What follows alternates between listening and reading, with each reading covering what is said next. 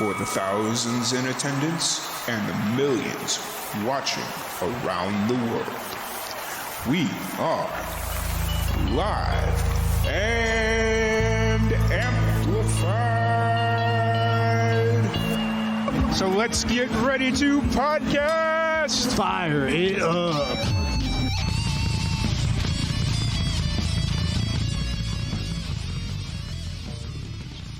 Welcome, everybody, to another live and amplified livecast. I'm your host, Tom Quiet, and we are back at it again with another amazing podcast. First off, I want to wish everybody a happy new year. It is it's becoming a New Year's Day tradition to have my next guest on. This is the second year in a row, and I'm sure we'll have her on again next year, and, whatever. It was kind of funny. I asked her, we have Nicholls on here today. And I asked her, was it about 3 months ago, if you were doing like a super secret release or something on New Year's Day, and if you wanted to book a podcast, and you said, yeah, let's book the podcast. I might have something. I was like, okay, perfect. And then, so now it's just kind of becoming a tradition. So yeah, I love that. Welcome back to the podcast. You were on for our Pan Can fundraiser, which was a huge success, and I really appreciate you taking the time out to jump on there for a little bit. I felt really bad after the interview because I was sitting there because you caught me in the middle of the broadcast. I was dead tired. I was doped up on sinus medication because my sinuses were killing me that day. Oh, and I went back and listened. I went back as I was kind of like dividing out all the podcasts and just like release them as single episodes. I'm pretty sure I asked you the same question 3 times. Did you? I didn't even notice. So there you go. I'm pretty sure I asked you the same question 3 times. Like I was just sitting there. I'm like, oh, I'm just watching myself, and I'm like, oh, you're in so much pain right now. And so no, that's fine. And then like at some point later on in that day, the sinus medication finally kicked in and like got out of my system, and I felt fine because like the night before I was on like 4 hours of sleep, and it was rough in general. But yeah, I mean, it's fine because like I did an interview the other day on a local radio station, and they were doing a fundraiser that lasted it was like a 24-hour broadcast. So it's the same 2 hosts. They were just on for 24 hours. And like by the time he got to me, they had done 21 hours. Yeah. And he said to me on the phone before we went on, he was like, look, I'm really sorry if I sound really tired. Yeah. I haven't slept. So it's fine. I got you. And I honestly, I was talking to, because the foundation was so happy with us and everything we were able to do for them. Even though we didn't hit our goal, they were just like, dude, we want to work with you again next year. And I was like, okay, I'm not going to do 3 days because that's insanity. But I think something along the lines of doing 24 hours, like if I can get my co-host in, and do 24 hours, like if one of us needs to step out for a few minutes or an hour or 2 hours just to kind of catch ourselves, it's a little bit easier that way. But, it's definitely something that we want to try and do again. So. Yeah, that'd be amazing. And it looked like it was a success, from all the different artists you had on. You had so many. So that's awesome. Yeah, we had artists from Canada, US, Australia, New Zealand, UK, Ireland, France, Pakistan. Wow. Yeah, with like 8, 9, maybe 10 different countries. Like, because there were some people that just didn't tell me where they were from. So it's just like, all right, cool.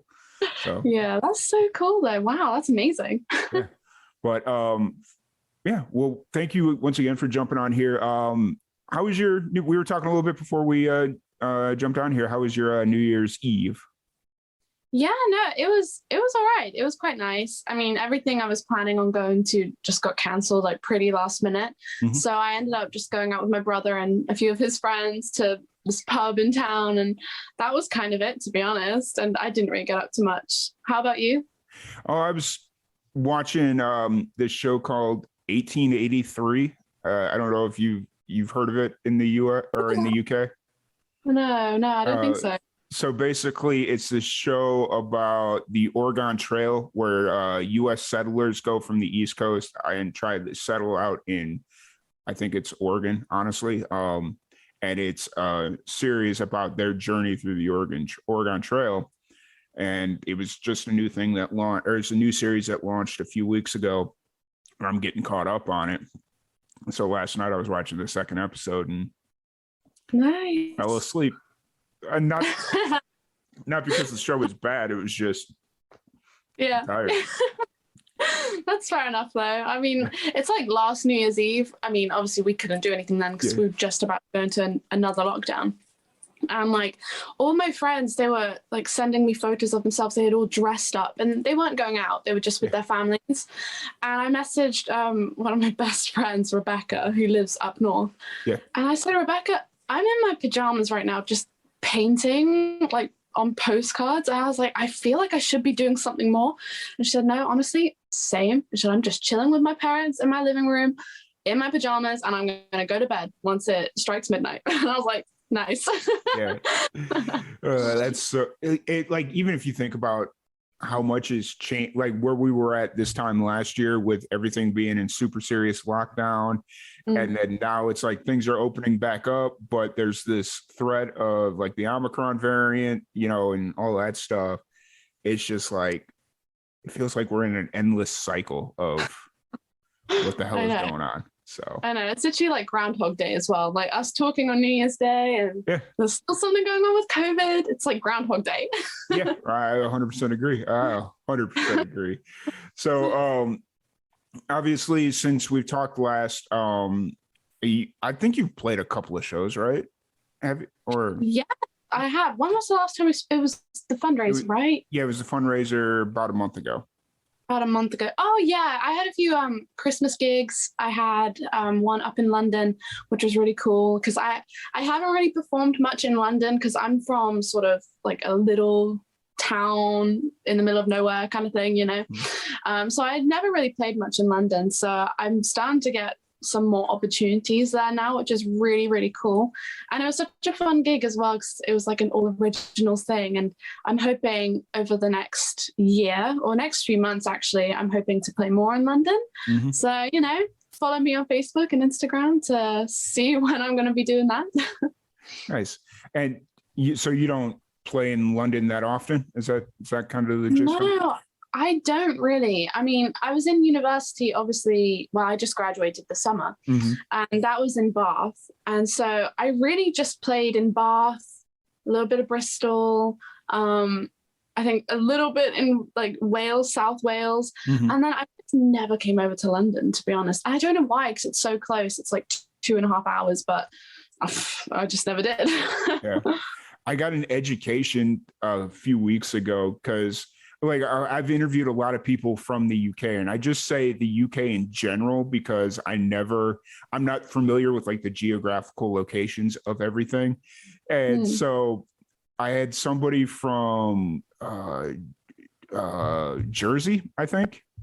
Jersey, yeah. Yeah, okay. I had somebody from Jersey, and I after the podcast, I asked him like, hey, kind of break this down for me because I don't understand all, like, how is it, you know, how does this all work? And he was like, okay, so Jersey is its own like thing. It's not really part of England or anything. And he kind of tried to break it down. And I'm like, yeah, it still doesn't make sense, but I'll figure it out one of these days. So yeah, to be honest, I don't even really understand it. So it's fine. I've been to Jersey though. Or was it Jersey or was it Guernsey? But it's kind of close. Yeah. But yeah, I didn't know that they weren't part of England. I feel like my parents are going to be rolling their eyes at me right now. They're going to be like, oh God, what happened in school? She's learned nothing.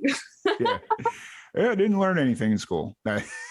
So I failed geography. So see, I was actually really good at geography, but it was US geography. So it was like, you know, like we have our states and then we have our territories, which makes sense. Like they're part of the, yeah. And so I was trying to equate it all, but it just wasn't adding up for me. So, but yeah, no, I get that. Yeah. So we're gonna twist it up here a little bit because I had somebody when I posted the event page on Facebook, somebody asked a question and I thought it was kind of an interesting question. It comes from Meryl. What is your favorite song you've written? Oh, my favorite song that I've written. To be honest, my favorite song I've written is always like my newest release, which is very fickle of me, to be honest. So the next one that I'm actually releasing, which will be this month, that's kind of my favorite at the moment. But then I also have another song coming out in a few months' time called I Wrote You a Love Song, which is just so different to how I normally write. It's a little bit more jazzy, which is kind of interesting. And I think that's also my favorite. But out of the songs I've released, I would have to say probably He's Not You is my favorite. So if you're familiar with my stuff, you might know He's Not You, and that's probably my favorite. Nice. You know how to perfectly segue into the next topic of conversation, which is your where you're currently at musically. I know when we had talked previously, you'd mentioned that you weren't going to have something releasing today, but maybe sometime this week or in January. So what do you got going on? Where are you kind of at creatively? So I've got quite a few songs ready to be released now. And so the next single I have coming out will be out this month. It'll be out in, I think, about 3 weeks' time. So I'm really excited about that one. And it's called If You Want to Sign. And you know what? What's really interesting about this one is that it's 6.5 minutes long. It's a very long song. And so originally we weren't really planning on releasing it. I mean, I was like pushing for it to be released. But you know how things are these days. You're not really going to get a lot of radio play from a 6.5 minute song. So we were all a little bit apprehensive about it, but now I think we've all just decided, this is the one we've got to put out next. So 3 weeks time it'll be coming out. Do you channel your inner Freddie Mercury on that one? Yeah, totally. No, you know what? It's completely different to that. I mean, I wish it could kind of replicate Bohemian Rhapsody, but absolutely not. Completely different. Gotcha. Well, you know, and it's funny you brought up the radio, because when we had our radio show last year, we weren't afraid to play 6, 8, 10-minute songs, just because there was points where it was like, all right, we really don't have anything to talk about this segment. Let's put on a super long episodic song and just kind of eat away at the time limit here. Yeah. That's so cool. You know, it's one of those things where it's just like, let's try it. Let's see what happens. So, and sometimes it worked, sometimes it didn't, because the song just got repetitive and whatnot. But I know, that's the thing. Sometimes you can't like really cut them down, and like you don't want it. Like, it's like the Celine Dion song, It's All Coming Back to Me Now. I'm pretty sure that's a 7-minute song. And I listened to the radio edit and then I listened to the full thing and I'm like, I love the radio edit, it's fine, but sometimes you just can't cut down these awesome songs. Like, you just can't do it. So that's so cool that you just played 6.5 minute songs or 8-minute songs. There was one song that I'm almost positive was like 14 minutes. It was an instrumental, and it was just one of those deals where it's like, well, the entire episode's about instrumental music, so there you go. And I don't remember how well it was received, but it seemed to do all right. So that's good. Well, why not? You know, like, we don't have enough radio stations playing songs like that are over really 3.5 minutes. You know, I put out Forever Hold My Peace, which is obviously like my latest single that I put out end of October. And I think that's a 4.5 minute song. And a lot of the local radio stations and independent stations, they play it and it's fine. But then when you get to the national radio stations, they're a little bit more choosy. And it's like, oh God, like, it's 4.5 minutes. It's not even really that long a song, but it's the way it is with programming, and they have to have the timings perfect. So we need more of you guys doing that. Well, and it's one of those things where they're trying to hit their break point, like, just kind of know the little bit that I know about how national radio and all that stuff works. They're trying to hit their break points, and they know, okay, the best time for this ad to play is at 6:15. It is 6:11. We need to be out in 4 minutes, you know? And so, like, that all makes sense. But at the same point, it's like, so you're really going to cut this song down and maybe take the heart and soul out of it just to hit your 4 minute, you know, whatever it is. So, yeah, exactly. So this new song that you got coming out in a few weeks, what was the name of it again? Well, if you want to sign. If you want to sign, okay. And so for if you want to sign, how long have you been working on it? When did you write it? You know. So I wrote this song during like the summer, Mhm. and I wrote it when I was feeling a little bit sad about something that, you know, I couldn't really change. And I really hate that. Like, if you can't fix something that's making you sad, it's just really, it just drives me insane. But I wrote this song, and I kind of think that this song really reminded me why I loved songwriting so much. Not that there's ever been a day where I haven't enjoyed it and haven't loved it, but it's because after I wrote it, I kind of forgot about what I was sad about. I just moved on. Like, the page turned, new chapter began, and I said everything I needed to say in the song, and I'm moving on. And that's kind of what songwriting has always been like for me. It's my way of venting. So I'm really excited that it's finally coming out. But I actually recorded it, I think it was November. We recorded it.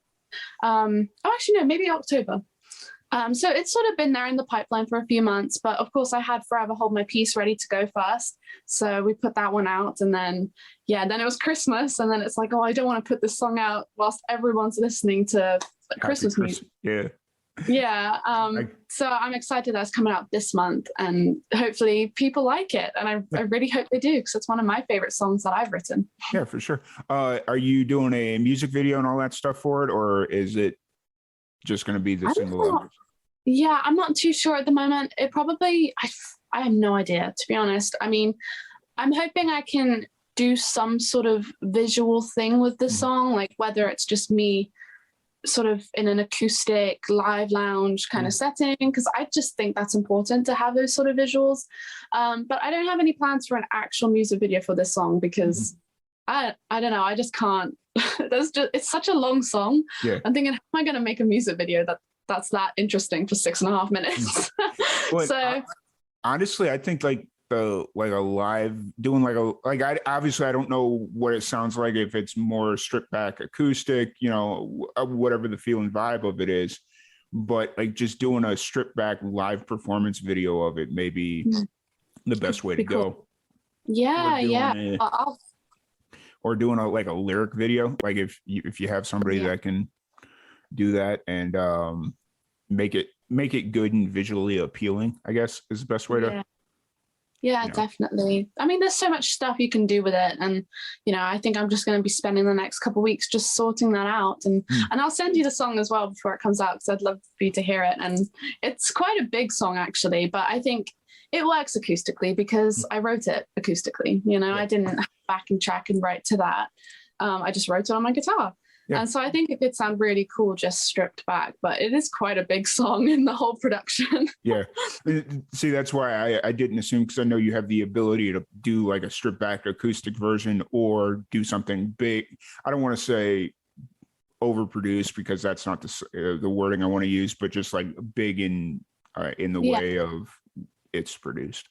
So that sounds really cool. I'm really excited to hear the new single. And do you have a specific date for it yet, or is it just 3 weeks and we'll nail down the official date here soon? I think I'm like 95% sure it's 21st of January. Okay. I was gonna say, if you don't have a date for sure, that you don't have to bring it up, but yeah, it's fine. I'm pretty sure it's the 21st. But you know, it's something about Christmas. Trying to get like everything set in stone around this time, it's just so up in the air, because everyone's home for the holidays, everyone's with their family, and but I'm pretty sure it's 21st of January, and if I'm wrong about that, then I'm sorry. For sure, I completely understand. So the one thing that I did want to talk to you about, because you have experience releasing a Patreon and getting that out there, and we just launched ours last night. We were supposed to launch it today, but we launched. I was sitting there and I got a little antsy, and I was like, no, I just want to put it out there today. I want to get it out there. And so it's out there if anybody's interested. It's on our Facebook page. And last time it was last time we talked. No, not last time. When we talked last January, I think that's when you originally launched yours, because you were doing a series of projects for school. And is my memory serving me correctly? I think it was around about that time I put up my Patreon for the first time. So what was the takeaway and some of the like learning curves you went through launching your Patreon page? Well, so when I first set it up, pretty much everyone was against me on it. Because for us in the UK, Patreon isn't a very American thing. Mhm. But, whenever I go to like Tennessee, for instance, Yeah. everyone that I meet with, they're like, oh, sign up to my Patreon, sign up to this, sign up to my Patreon again. And so when I told everyone, oh, I'm going to set one up here, no one really thought I was going to get a lot of patrons in. But I did, surprisingly. And I think something that really helped me for getting those patrons is saying this is only for a limited amount of time. It's only for 6 months. So get it while you can. It's exclusive stuff. And so all the Brits, they were very supportive of me then, which was really great. But it was a big learning curve because I just had no clue about it. And the website could get a bit confusing. And I'm not great at technology. For sure. It's one of those things where when we were going to release one last year and then I just didn't have my stuff together to do it. And so it was just kind of like after I got home after I got home from my mom's funeral and all that stuff, I just kind of took a few weeks and just kind of got myself together. And then we started planning out the Patreon page because it was like, we've got so many things that we want to do. I can't keep footing the bill for all this stuff. Yeah. Let's launch a Patreon page, see what happens. Because like we want to get it back out and travel again, like in the occasional short trip to like go to Nashville, Memphis, where like just places that are within like 8 to 10 hours. That's not a hard thing to do. But when we want to do like big grand road trips and take like a week off of work and go travel across the West Coast or the East Coast, whatever it is, that's a huge financial commitment. And just kind of having that financial backing would be really amazing. So I think that's kind of why we ultimately did it. And we got some new content ideas that we want to release. And while we can do most of it as we sit right now, we'd have to do it out in Roswell, New Mexico, and it doesn't have the biggest music scene. So we'd have to go somewhere else. So like, we have this new idea for like a talent show style podcast and video podcast. Cool. And so it's a really interesting idea and something that I've been wanting to do for a few months now. And it's like, we can't do it out in Roswell because there's just not enough people out there. And we could probably do it in Waco, but then you're going to kind of fall into one genre of red dirt, Texas country, which is fine. There's nothing wrong with that. No. But I want to go somewhere where if we put out a memo, a lot of people are going to show up and just be like, hey, we're here. So. Yeah, it sounds really cool. And like, Patreon is a really cool way of just sort of raising a bit of money on the side for that trip, So it's going to be really cool. And I'm signing up to it as well, by the way. Oh, nice. Awesome. Appreciate it. And just looking through the comment thread here, your dad confirmed 21st it is. Thanks, Dad. Hi, Dad. Thank you for watching. So, no, so I just saw that and I was like, okay, let's bring that in. So your Patreon was originally for, you were doing a series of music videos, right? Yeah, I was, I think it was just sort of like one music video and then possibly, I wasn't quite sure on all the details. I just knew I wanted to do a music video and then possibly like a smaller sort of live lounge kind of video. But then what I ended up doing, because I did exceed my goal in like what I was raising money for, I decided to do the music video and then also do a photo shoot for Forever Hold My Peace. So all the photos of that came from Patreon. And actually, I think a lot of the photos from like the past couple of months were from that. So it worked out really nicely because it was just such a cool campaign that I was able to do. And, I had this vision for Forever Hold My Peace that I wanted it to be like a wedding. I was interrupting it. And again, people were like, really? Do you really want to do that? I don't think that would work. and I proved them wrong, and it was fine. Yeah. I will say the music video is amazing. I've watched it a few different times. It's amazing. I love it. Thank you very much. I would show you that I still have all the things that I got from the Patreon, but is in my bedroom. And it's like, usually I keep everything like right here. And for whatever reason, I moved it into the other shelf in my bedroom. And I'm like, oh, because you sent me, and it was kind of funny because so when your Patreon was going on was while I was down in Florida helping my dad take care of my mom and all that stuff. And I forgot to forward my mail down to Florida while I was gone. And so I came back and I was like, man, the post office is going to be so mad at me because I forgot to forward my mail. I was holding my mail, and in Texas, you can only do it 1 month at a time. Oh, okay. And so I would hold my mail, and then the day it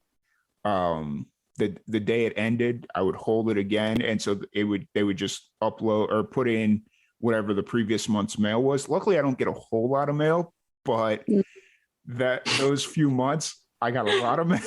Yeah. And so the day I got home, or the day after I got home, I went out to the mailbox. I was like, all right, can't wait to see what this cluster looks like. My mailbox was full just of random like advertisements and all that stuff. And then there was 2 keys to bigger mailboxes. One was all of your packages. Yeah. And then one was a bunch of other packages that I forgot were coming. And I'm like, well, I guess it could be worse. And so like I pull all these packages out, and then the next day I was leaving for work or something, and I ran into the mailman, and I was like, and I went to go check my mail because he had just went to go pull out whatever mail I'd gotten that day. And he's like, he saw me, he was like, you're the guy that wasn't emptying his mailbox. And I was like, there's a reason, I swear. And I kind of explained it to him, and he's like, oh, I get it. Don't worry about it. So that's so funny. Oh my God. Yeah, you must have had so many from me, because they were like big envelopes as well. Yeah, and they were big envelopes, and I'm sitting there.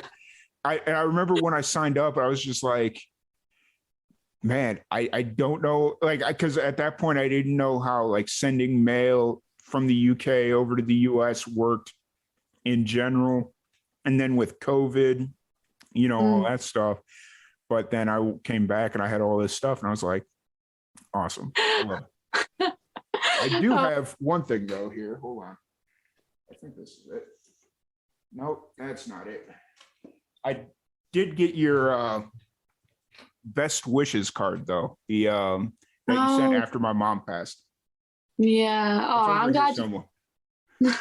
So I really appreciate that. And I know I didn't say anything on the other stream, but I did want to bring that up because I saw it the other day as I was kind of cleaning and all that stuff. So I do appreciate that.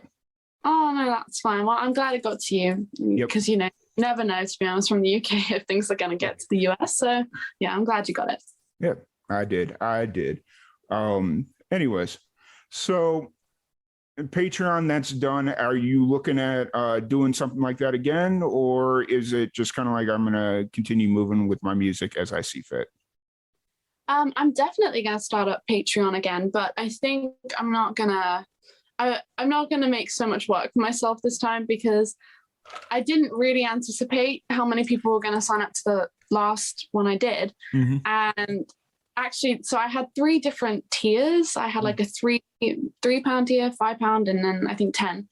And I thought everyone's going to go for the £3 tier, and that's fine. That's like a little video message from me and like something else. I thought that'll be fine. But no, everyone went for the £10 one, which was like a lyric sheet and then like all this painting stuff on it. And I just thought, oh my God, I don't know, I think maybe about 20 people signed up to that. It was, yeah. And you know what? I blame you for it. God's sake, you're so supportive. God. But yeah, it killed me though towards the end because of course I had school and I was just finishing up and I had so many lyric sheets to write and oh man, it just became so much work. And so I think the next time I do it, I probably won't do lyric sheets again. I think I might do a little watercolor painting. I'm not too sure. Yeah. And yeah, just make it a little bit less work because it was quite a lot. Yeah. Well, because I was sitting there, I was like, because I didn't know how many like patrons, because obviously like when I signed up and then after my mom got sick, I stopped kind of paying attention to a lot of stuff. And I just, you know, it is what it is. And when I got back and I started seeing all these lyric sheets, I was like, man, does she just have like 100 songs sitting somewhere that either A, she hasn't released yet, or B, you know, just like whatever. And now that you explain it, I was like, okay, that makes sense. Makes perfect sense. So yeah, I mean, to be honest, it is completely my fault because I did not expect. It's because I said it's only for 6 months, and like people were obviously more what's the word? I can't remember, supportive. But they were. Yeah, I guess so. Yeah, they're more like, well, it's a limited time. It's only going to go on for a few months.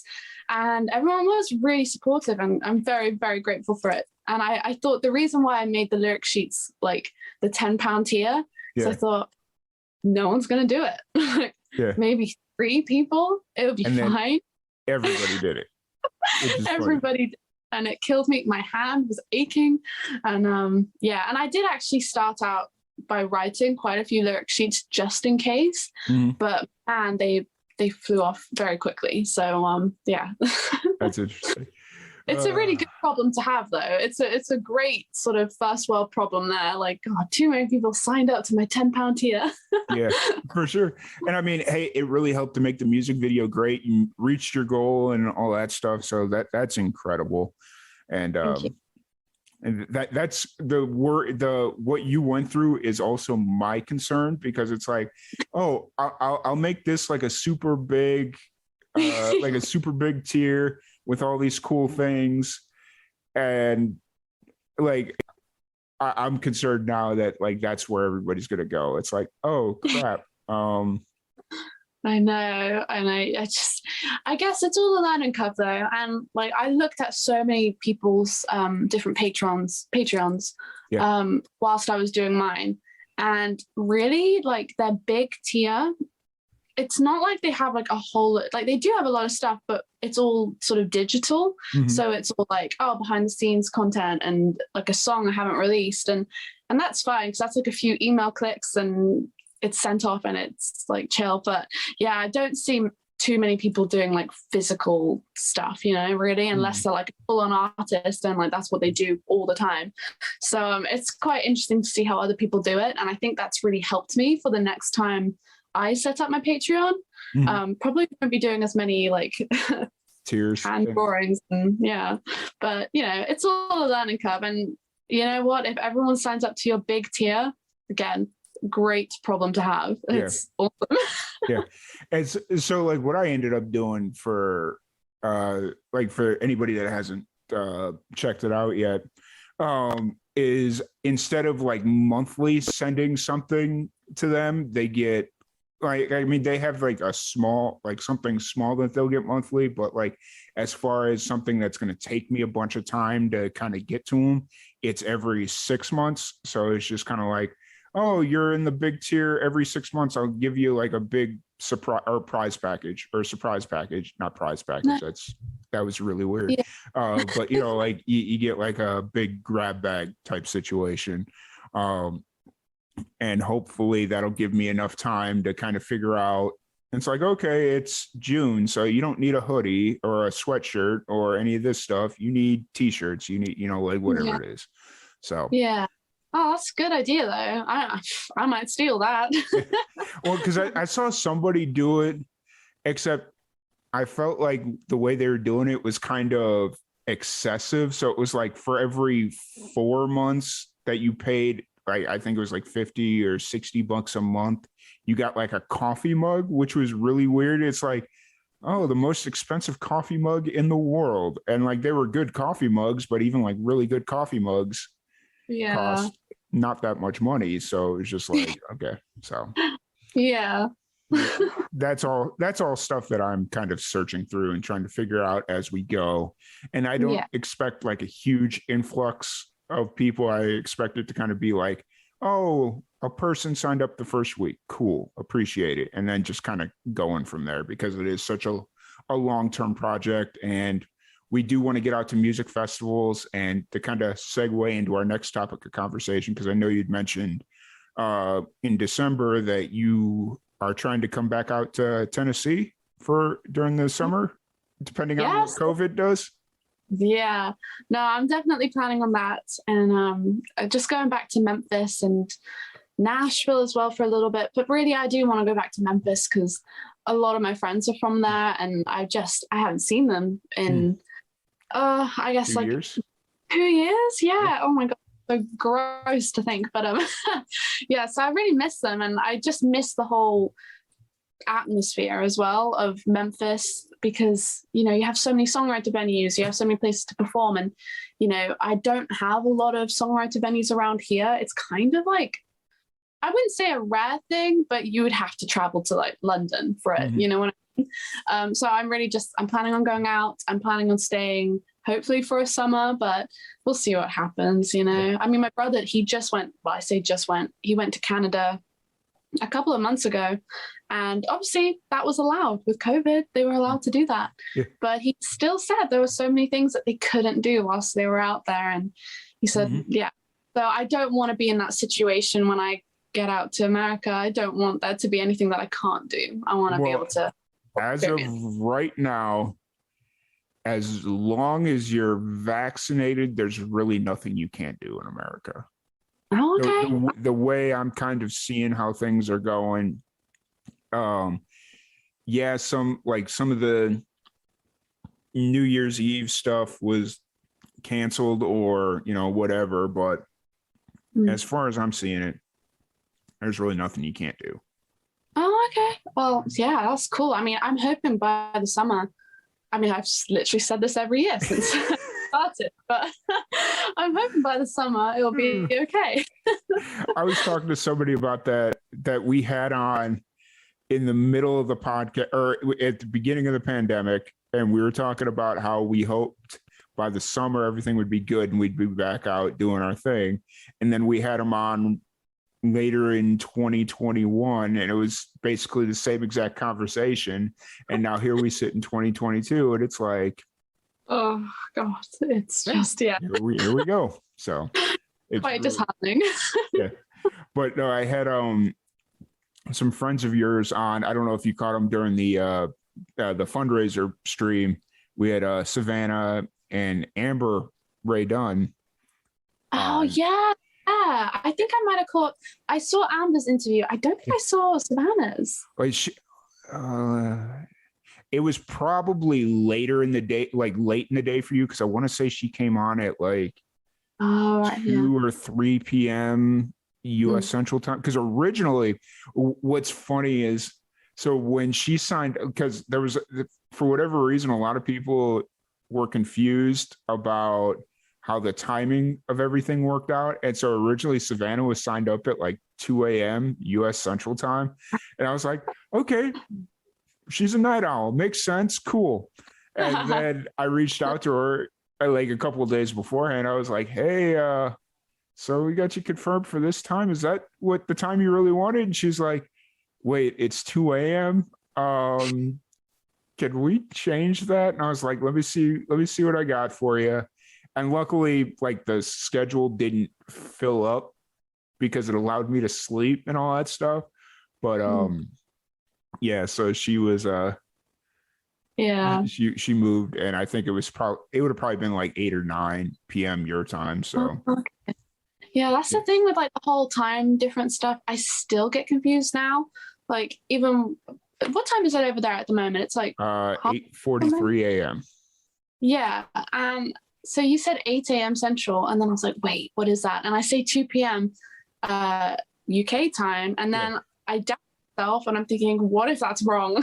I have that same exact issue, because when I first started doing this podcast, like just on Zoom and all that stuff, there was a couple of times during the time change for daylight savings time or whatever it is. Yeah. That screwed me up, because at the beginning I was doing everything myself. I didn't have the back end of the website kind of doing everything. And I didn't realize that some countries do time changes at different times during the year, and then some countries don't do them at all. And so like there was like even in the US, it's the same way. So we had a band from Hawaii that was going to be on, and I reached out. I was like ready to go, and it was like 5 minutes after the podcast was supposed to start. And I reached out. I was like, "Hey, what's going on? Like, are we still good?" And they're like, "Oh, we don't have you on the schedule for like 2 more hours." And I'm like, 2 more hours? That's going to be like 10 p.m. I'm going to be like in bed or something. And they're like, "Oh, sorry." And so then he was like, "I can hop on and we're good." And so, yeah. Oh my God, that's the thing. Like daylight savings time. Oh, yeah, that panicked me a little bit as well. Because sometimes I think, oh, is the computer catching up to it? Like, or the calendar thing that you have, like that automatic, you pick a spot. In and I'm just like, theory, it's supposed to be take all that into consideration. yeah. I've had it where it's failed a couple times, but that's more of when like a PR person or an agent or, somebody of that nature does it and they live in a different time zone. That's where it kind of gets screwed up. But luckily, most of the PR people that I work with kind of understand, hey, this is how it works, or they know to look, oh, hey, that's a central. My client lives in Eastern or Mountain, or, like whatever it is. Yeah. And yeah, so some of them aren't that keen to like looking at what time zone it's in, but yeah. Yeah, that's the thing. Oh, well. I mean, it happens, For sure. And another thing that I wanted to talk about was your quest to find some sort of management, right? Is that what you're looking for? Or we had this conversation a couple months ago, I want to say, because you were asking about different managers and stuff. Have you found somebody, or are you still kind of looking? Yeah, I'm just like sort of in contact with a few people at the moment. I mean, obviously nothing's set in stone, just sort of like meeting them really and just seeing what happens and if they're going to work with me, if I'm interested in working with them. And, they're pretty much all based like in London, and that's kind of what I've been looking for. So yeah, I mean, hopefully in the next few months something happens from that, and I'll totally keep you updated on it. Awesome. Because I remember when you reached out to me and asked, or maybe you just posted something on Instagram. I don't remember how I found out about it. I might have messaged you. Yeah. Yeah, I probably. And then, which brings up another point about LinkedIn. And when we talked about that last year, and we'll talk about that here in a minute, but it was interesting when you asked me about management or PR people and just kind of if I had any connections. It was like a lot of PR people. I don't really deal with a lot of management types unless it's like tour managers or something. But I know I had given you one or two different names of people, and hopefully something comes of that. So I'm really excited to see where that kind of all lands for you. Thanks. I mean, that's the thing, like with managers and then PR and then like agencies. Oh my God, there's so many different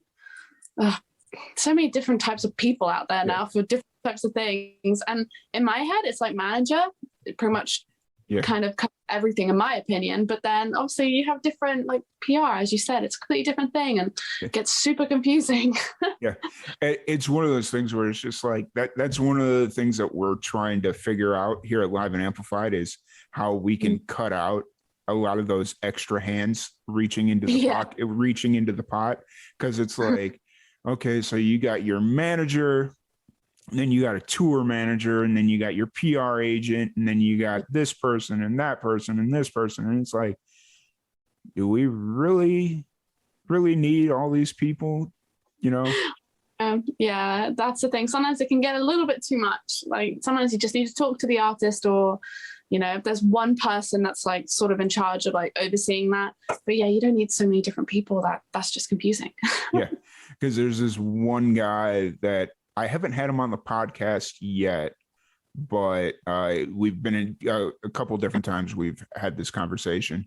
And every time I go to like different like not PR websites, but I'll go to like a PR site, and then I'll go to like a management site just to kind of see who their client list is, to see if there's anybody that I want to have on the podcast or, what have you. I've seen this guy on like 4 or 5 different client lists. I'm like, why? This, like, you're on, like, you have he has like 2 or 3 different press people, which is like, if you're killing it like that, cool, congratulations. Yeah. But why are we on, like, why do we have like 3 different press PR people? So that's kind of interesting, actually. Well, yeah, I mean, that's the thing. Do you really need 3? I mean, unless you're sort of like A-list celebrity, maybe, probably. Yeah, for sure. Yeah, like, that's pretty crazy. Yeah. But I brought up LinkedIn a little bit ago, and I believe it was this time last year that I suggested LinkedIn to you. How's it been going?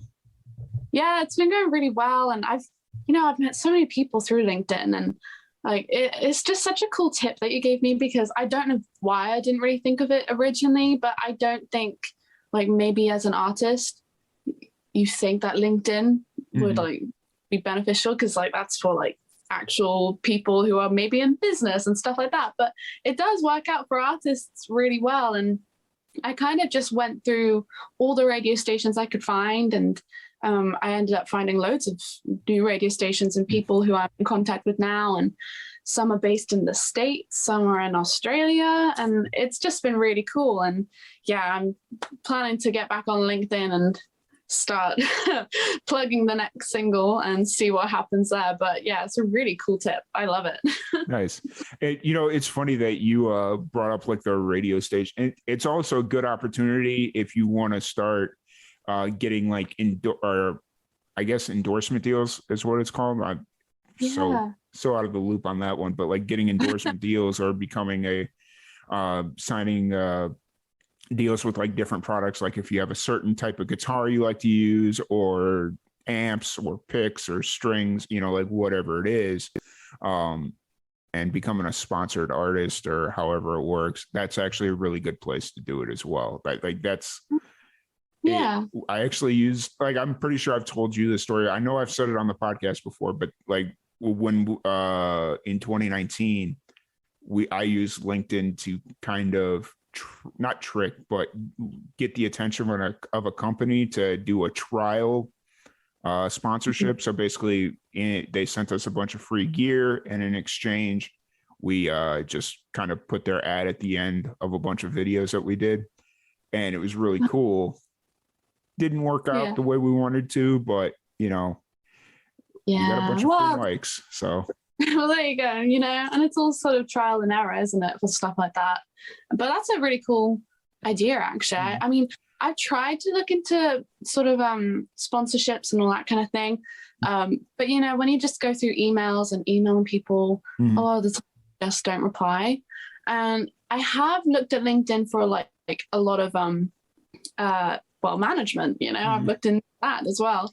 And again, like, that's been pretty helpful. And, even if nothing happens, still getting their contact, and that's pretty great. Here's kind of the trick to all that, though, as far as like attracting management or attracting sponsors or endorsement deals or whatever, is they get emails all the time. Like you got to imagine they get hundreds, if not thousands, of emails daily about, hey, I'm a musician, I use your amp or whatever, So what you have to do is get them in a platform that a lot of musicians aren't thinking to use, which is LinkedIn. It's a little bit more of a professional setting, as long as you're not posting outrageous things, which you never post outrageous things anyways, but just kind of keeping it a little bit more professional, and taking like your music video, one of your music videos or live videos or, something like that, and just casually posting it on LinkedIn. And as you're going through that, just adding. So let's say you like using Gibson guitars. That's the only name I can come up with. We'll go there. So you start adding people that work at Gibson. So it's like, oh, he's a sales executive at Gibson. Cool. Just like whatever it is, start adding people. And then eventually you'll kind of work yourself into the ecosystem of people that you're adding and they'll start noticing your stuff, and eventually the right person's going to notice it. And if they like what you have and they want to work with you, they'll reach out to you. So it's kind of easing yourself into the ecosystem of whatever company or what, and just kind of making it feel like I don't want to say making it feel like they want to work with you, but just kind of making it feel like they voluntarily found you. There you go. Yeah. That's the way I'm going with that one. So, that's kind of how we worked it, and it seemed to work out really well. And eventually I'll try to do it again and see if I can get into somebody else's ecosystem. So, yeah, I mean, that's the thing, like the cool thing about LinkedIn is like you add someone, let's say from Gibson, let's just say that, and then all the other people that work there, they just come up on the side, and then you're like, add. Yeah, and like 80% of the people aren't gonna accept your friend request, which is fine. Yeah, but that's the way it goes. You just gotta get used to it. Once you get that one or two people to add you, then they start realizing, oh, hey, we've got a mutual friend in common. Yeah, cool. Yeah. That's something that I've found out, and it seems to work really well. So yeah, it's a good one. I like it. Advice for every musician out there: work yourself into the ecosystem, and things will start happening for you. 100%. And I've told everyone about LinkedIn as well. Like if anyone ever messages me and they ask me like, how do you like get into these radio stations? How did you do that? I'm like, LinkedIn. Like, just do it. Just get on there and start messaging people and adding people and see what happens. And it definitely makes a difference for sure. Mm-hmm. Absolutely. And LinkedIn, it's early like I said it last year, but it's like really early on Facebook. They don't have all these crazy restrictions and all that stuff. And I think there's a real opportunity to kind of explode and be something on LinkedIn. So definitely 100%. But I don't want to keep you too much longer. So let me kind of roll through here and make sure nobody dropped any questions. I don't think. But before we kind of wrap it up, what do you have upcoming? Do you have any, obviously you got the release coming, but do you have any shows, any of that fun stuff?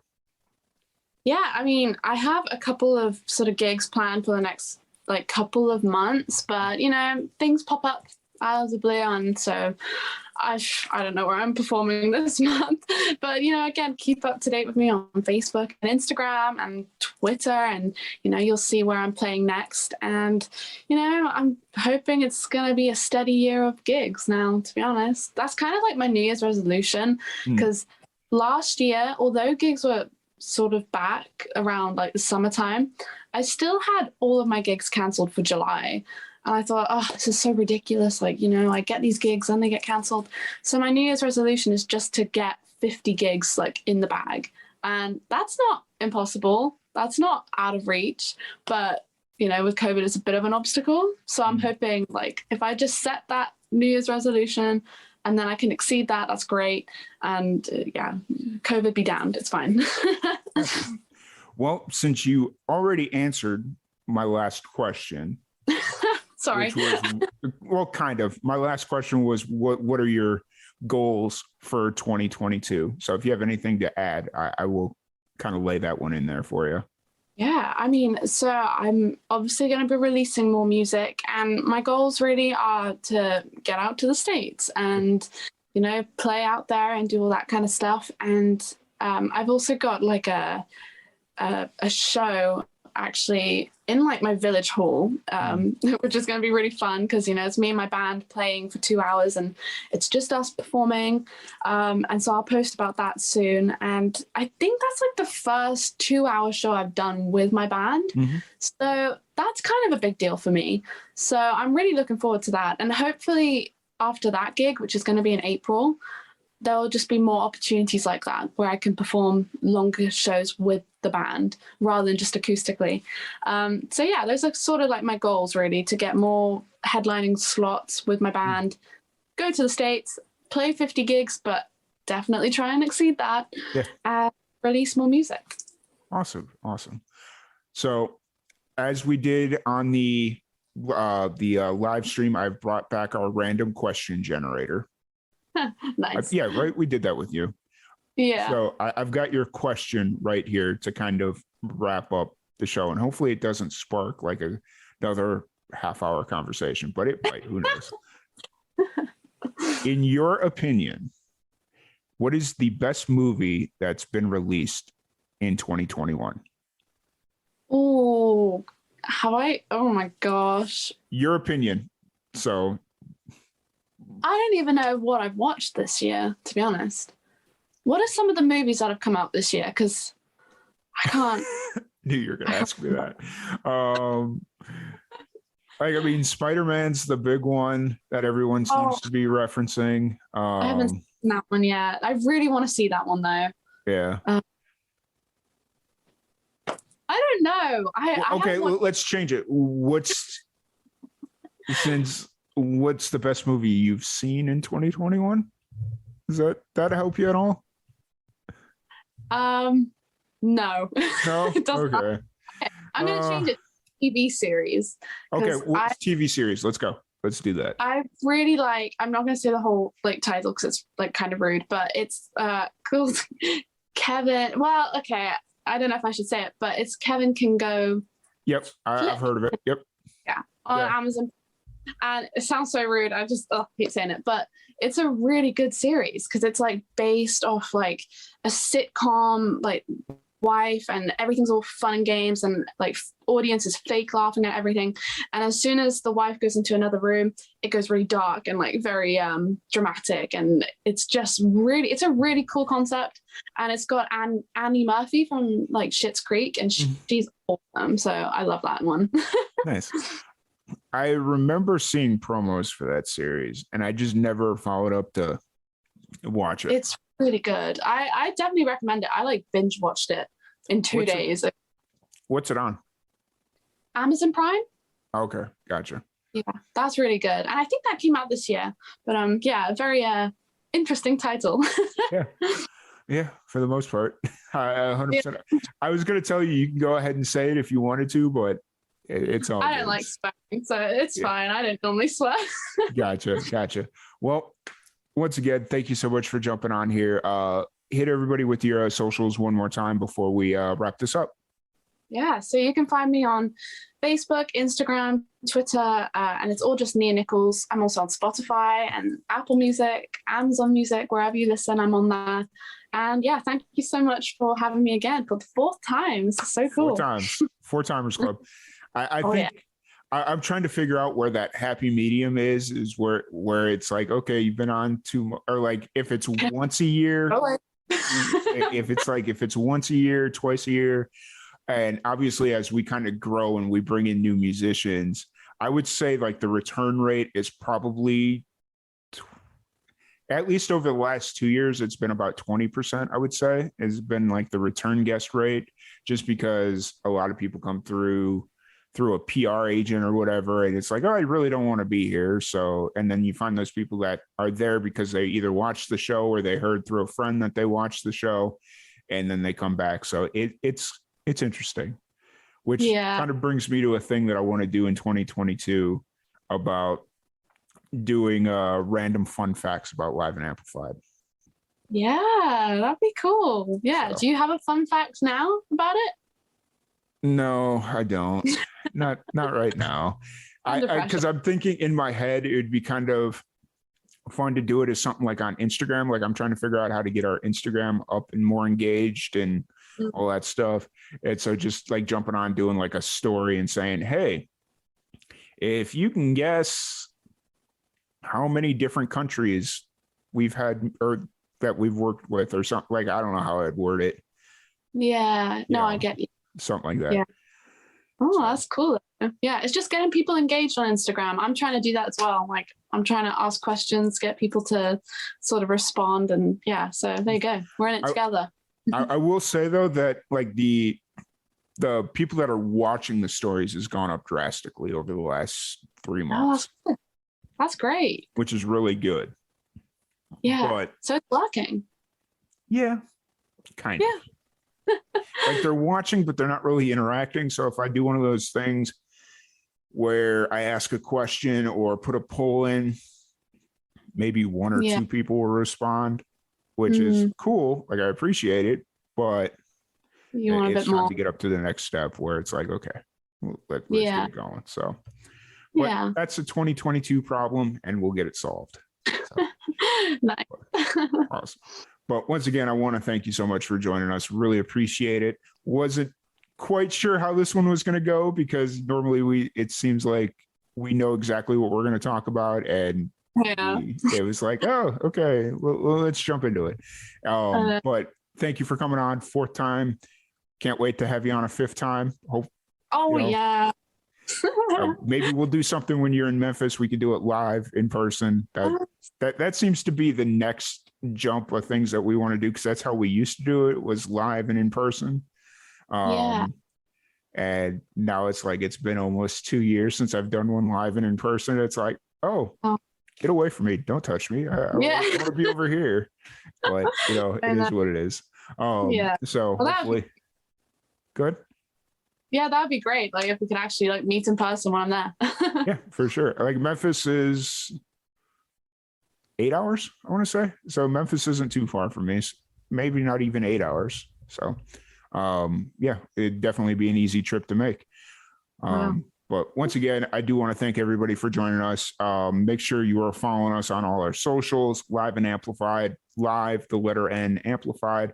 Would really appreciate it. We're on Instagram, Spotify, Twitter, kind of. I've been trying to get more active on Twitter. I'm trying, guys. Facebook, YouTube, all that fun stuff. And then, like I'd mentioned earlier, we did launch our Patreon page. So if you're interested in checking that out, we are now live on Patreon, and the link is in our Facebook page, and I'll put it in the comment thread and in the description of everything that we release with this podcast. So once again, I do want to thank you all. Nia, thank you so much for joining us and taking time out of your first day of 2022. That's fine. Well, thank you so much for having me. How has 2022 been treating you before we wrap this up? It's been amazing, and this is a great way to start it off. Awesome.